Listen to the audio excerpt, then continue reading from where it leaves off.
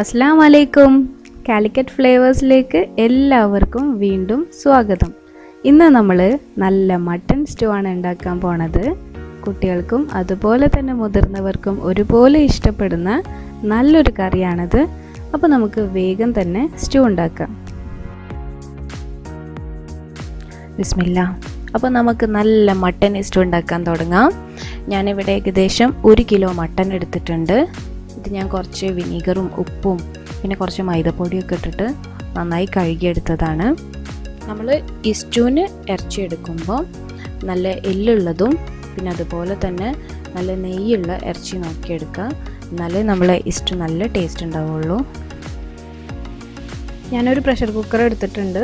ഇത് 5 ലിറ്ററിൻ്റെ കുക്കറാണ്. നമുക്ക് അത്യാവശ്യം വലുപ്പമുള്ള കുക്കർ തന്നെ വേണം, കാരണം നമ്മളെ കറി നല്ല ഗ്രേവിയുള്ള കറിയാണ്.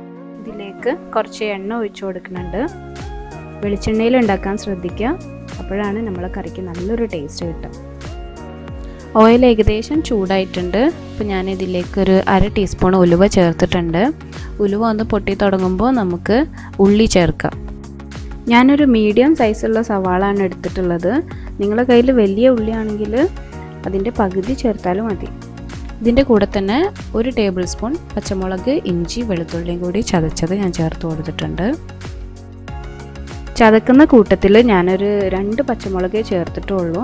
നമുക്ക് ആ എരിവ് പോരാ, അതുകൊണ്ട് ഞാനൊരു 5 പച്ചമുളക് ചെറുതായി അരിഞ്ഞതും കൂടി ചേർത്ത് കൊടുക്കുന്നുണ്ട്. പിന്നെ ഓരോ പച്ചമുളകിൻ്റെ എരിവിലും വ്യത്യാസം ഉണ്ടാവും, അപ്പം അളവിലും വ്യത്യാസം വരാം. ഉള്ളിയൊന്നും കളറ് മാറേണ്ട ആവശ്യമില്ല, ജസ്റ്റ് ഒന്ന് താളിച്ചെടുത്താൽ മതി. എന്നിട്ട് ഫ്ലെയിം ഒന്ന് നന്നായിട്ട് കുറച്ച് വെച്ചിട്ട് ഇതിലേക്ക് 1 ടേബിൾ സ്പൂണ് മല്ലിപ്പൊടി ചേർത്ത് കൊടുക്കുന്നുണ്ട്. പിന്നെ 1/2 ടീസ്പൂണ് പെരിഞ്ജീരകപ്പൊടിയും കൂടി ചേർത്തിട്ട് ഒന്ന് ചൂടാവുന്നത് വരെ ഇളക്കി കൊടുക്കുക. ഇനി നമുക്ക് ഇതിലേക്ക് മട്ടൺ ചേർത്ത് കൊടുക്കാം. നല്ല നെയ്യുള്ള മട്ടനാണ്, അതുകൊണ്ട് തന്നെ ഞാൻ ഉള്ളി താളിക്കാനൊക്കെ കുറച്ച് ഓയിൽ എടുത്തിട്ടുള്ളൂ. നെയ്യ് കുറവാണെങ്കിൽ കുറച്ചധികം വെളിച്ചെണ്ണ എടുക്കാൻ ശ്രദ്ധിക്കാം. ഇനി ഇതിലേക്ക് പൊട്ടാറ്റോ ചേർത്ത് കൊടുക്കാം. പൊട്ടാറ്റോ ഞാൻ ഒരു പൊട്ടാറ്റോ 4 പീസായിട്ടാണ് കട്ട് ചെയ്തത്. അത്യാവശ്യം വലുപ്പമുള്ള പീസായിട്ട് തന്നെ കട്ട് ചെയ്തത്. അല്ലെങ്കിൽ നമ്മളിതെല്ലാം കുക്ക് ചെയ്തെടുക്കുമ്പോൾ ആകെ ഉടഞ്ഞു പോകാനുള്ള ചാൻസ് ഉണ്ട്. നമുക്ക് പൊട്ടാറ്റോ അത്യാവശ്യം ഉടഞ്ഞിട്ട് തന്നെയാണ് വേണ്ടത്, പക്ഷെ വല്ലാതെ മാഷായി പോകരുത്. ഇനി നമുക്ക് ആവശ്യത്തിനുള്ള ഉപ്പ് ചേർത്ത് കൊടുക്കാം. ഞാനിപ്പോൾ ഇവിടെ കല്ലുപ്പാണ് ചേർത്തിട്ടുള്ളത്. പിന്നെ ഒരു 1/2 കപ്പ് തൈര് ചേർത്ത് കൊടുത്തിട്ടുണ്ട്. ഇവിടുത്തെ തൈര് അത്ര പുളിയില്ലാത്ത തൈരാണ്. ഇപ്പം നാട്ടിലെ തൈരൊക്കെ ആണെങ്കിൽ നിങ്ങളെ പുളിക്കനുസരിച്ചുള്ളത് ചേർത്ത് കൊടുക്കാം. തൈരൊക്കെ ചേർത്ത് കുക്ക് ചെയ്യുമ്പോൾ നമ്മൾ ഇറച്ചിയൊക്കെ നല്ല സോഫ്റ്റായി കിട്ടുകയും ചെയ്യും, പിന്നെ പെട്ടെന്ന് കുക്കാവുകയും ചെയ്യും. ഒന്ന് നന്നായിട്ട് ഇളക്കി കൊടുത്തിട്ടുണ്ട്. ഇനി ഇതിലേക്ക് കുറച്ച് മല്ലിയില ചേർത്ത് കൊടുക്കാം. പിന്നെ കുറച്ച് കറിവേപ്പിൻ്റെ ഇല ചേർത്ത് കൊടുക്കാം. നിങ്ങൾക്ക് വേണമെങ്കിൽ പുതിനയിലയും കൂടി ചേർക്കാം, പക്ഷേ ഈ കറിയിൽ എനിക്ക് പുതിനയിലേൻ്റെ ആ ഒരു ടേസ്റ്റ് ഇഷ്ടമില്ല, അപ്പോൾ ഞാനത് ചേർത്ത് കൊടുക്കുന്നില്ല.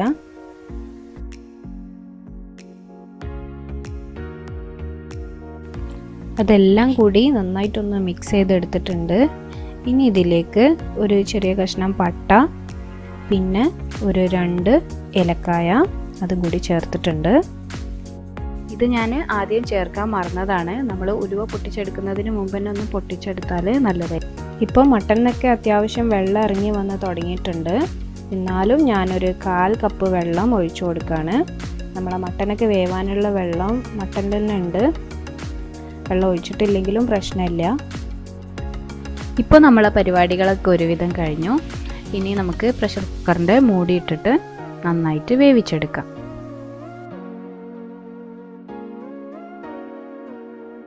അപ്പോൾ അതൊക്കെ കുക്കാവുന്ന സമയം കൊണ്ട് നമുക്ക് കറിയിലേക്ക് ഒഴിക്കാനുള്ള തേങ്ങാപ്പാൽ റെഡിയാക്കി എടുക്കാം. ഞാനിപ്പോൾ ഇവിടെ ഒരു മുഴുവൻ തേങ്ങയാണ് ചിരകിയെടുത്തിട്ടുള്ളത്. അധികം ഉണങ്ങാത്ത നല്ല പച്ച തേങ്ങ കിട്ടുകയാണെങ്കിൽ അതാണ് നമുക്ക് തേങ്ങാപ്പാൽ എടുക്കാൻ ഏറ്റവും നല്ലത്.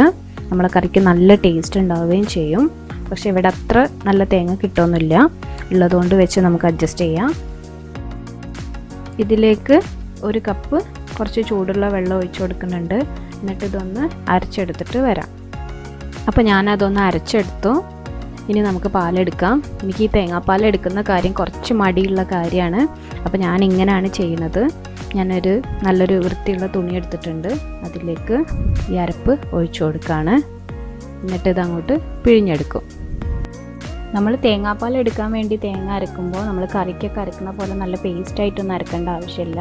ജസ്റ്റ് ഒന്ന് അരച്ചെടുത്താൽ മതി. അങ്ങനെ നമ്മളത് നല്ല കട്ടിയുള്ള തേങ്ങാപ്പാലും ഇവിടെ റെഡിയായി. നമ്മൾ കറി ഇവിടെ ഏകദേശം റെഡി ആയിട്ടുണ്ട്. നല്ലൊരു മണമാണ് കേട്ടോ ഇതങ്ങോട്ട് വേവുമ്പോൾ. ഇവിടുത്തെ മട്ടനൊക്കെ പെട്ടെന്ന് വേവും. അതുകൊണ്ട് ഞാൻ മീഡിയം ഫ്ലെയിമിൽ ഒരു 3 വിസിലും പിന്നെ നല്ല ലോ ഫ്ലെയിമിൽ ഇട്ടിട്ട് കുറച്ച് നേരവും വെച്ചിരുന്നു. പിന്നെ ഓരോ മട്ടൻ്റെ വേവിനനുസരിച്ച് വ്യത്യാസപ്പെടും. കണ്ടോ, ഇപ്പോൾ കറിയിൽ അത്യാവശ്യം വെള്ളമുണ്ട്. നമ്മൾ ആകെ 1/4 കപ്പ് വെള്ളം ഒഴിച്ചിട്ടുള്ളൂ. ഇനി നമുക്ക് ഇതിലേക്ക് തേങ്ങാപ്പാൽ ഒഴിക്കാം. ഞാനിപ്പോൾ ഇവിടെ ഒരു 2 കപ്പ് തേങ്ങാപ്പാൽ ഒഴിച്ച് കൊടുക്കുന്നുണ്ട്. പിന്നെ ഒരു 1/4 കപ്പും കൂടി ബാക്കിയുണ്ട്. അതിലേക്ക് നമുക്ക് ഈ പൊട്ടാറ്റോ ചേർത്തിട്ട് ഒന്ന് ഉടച്ചിട്ട് ഇതിലേക്ക് ചേർക്കാം. കുറച്ച് കഷ്ണങ്ങൾ മാത്രം എടുത്തിട്ട് ഉടച്ച് ചേർത്താൽ മതി. മുഴുവനും ഉടച്ച് ചേർക്കേണ്ട ആവശ്യമൊന്നുമില്ല. നമ്മൾ പൊട്ടാറ്റോ ഇങ്ങനെ ഇതുപോലെ ഒന്ന് ചെറുതായിട്ട് ഉടച്ച് ചേർക്കുമ്പോൾ നമ്മളെ കറിക്ക് ആവശ്യത്തിനുള്ള തിക്നെസ്സും കിട്ടും. ഇതുപോലെ ചെറുതായിട്ടൊന്ന് ഉടച്ചെടുത്താൽ മതി, വല്ലാതെ മാഷ് ആക്കരുത്. എന്നിട്ട് നമുക്കിത് കറിയിലേക്ക് ചേർത്ത് കൊടുക്കാം. ഇനി നമുക്ക് ഈ പട്ടയുടെ കഷ്ണമൊക്കെ എടുത്ത് മാറ്റാം. ഇതിൻ്റെ ആവശ്യമില്ല. അപ്പം ഈ ഒരു തിക്നെസ്സിൽ മതി. ഇനി ചൂടാറുമ്പോൾ കുറച്ചും കൂടി തിക്നെസ് കൂടും. ഇനി നിങ്ങൾക്ക് എരിവ് വേണമെന്ന് തോന്നുകയാണെങ്കിൽ കുറച്ച് കുരുമുളക് ചേർക്കാം. അധികം ആവരുത്.